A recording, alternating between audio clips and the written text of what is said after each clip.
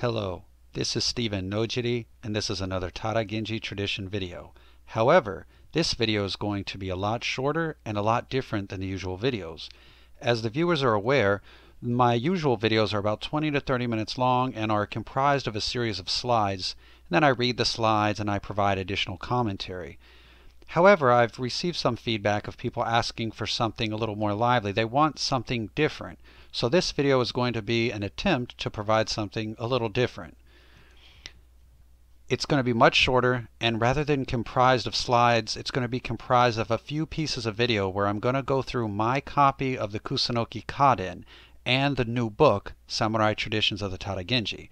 I'm going to show you or tell you the page from the book, and then I'm going to show you that corresponding section from the Kusunoki Kaden. And I hope that this helps the viewers better understand the connection between the book and the information on the book and the information that I provide in the book and on these videos and the historical documents themselves. I really would like the viewers to understand where this information is coming from. So here we go.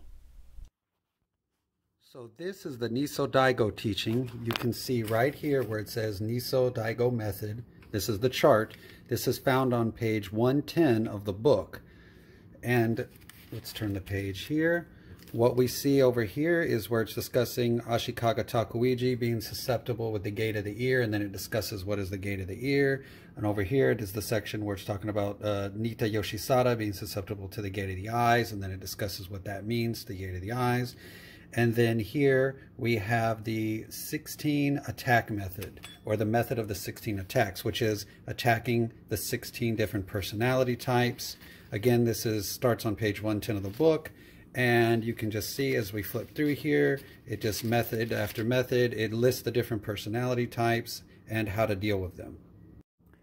And on page 202 of the book, we talk about the spheres and the 4 divisions of the spheres. And so that appears here in the text. And so here's the actual chart from the text.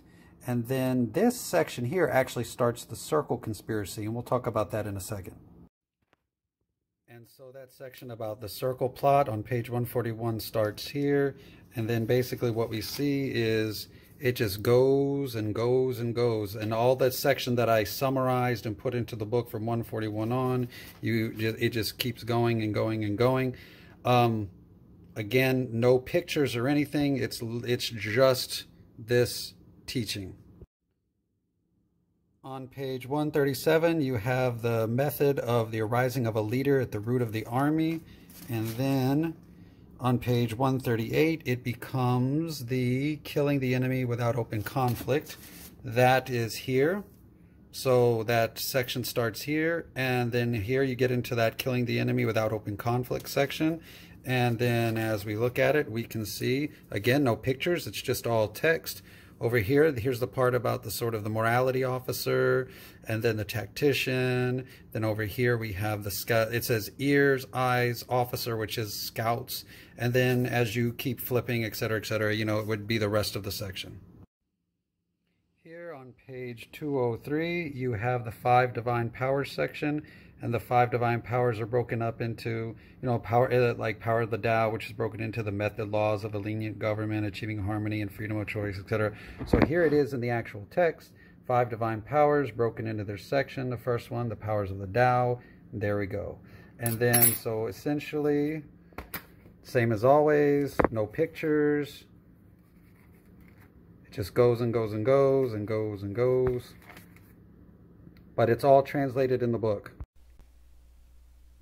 So, what do you guys think? Was that interesting? Was that new? Was that different? Was that successful? Or was it no good? Was it a failure? I don't know. That's up to you to determine. So if you can respond to me in the comment section and let me know if that was an interesting way to approach the topic or if it didn't work out at all.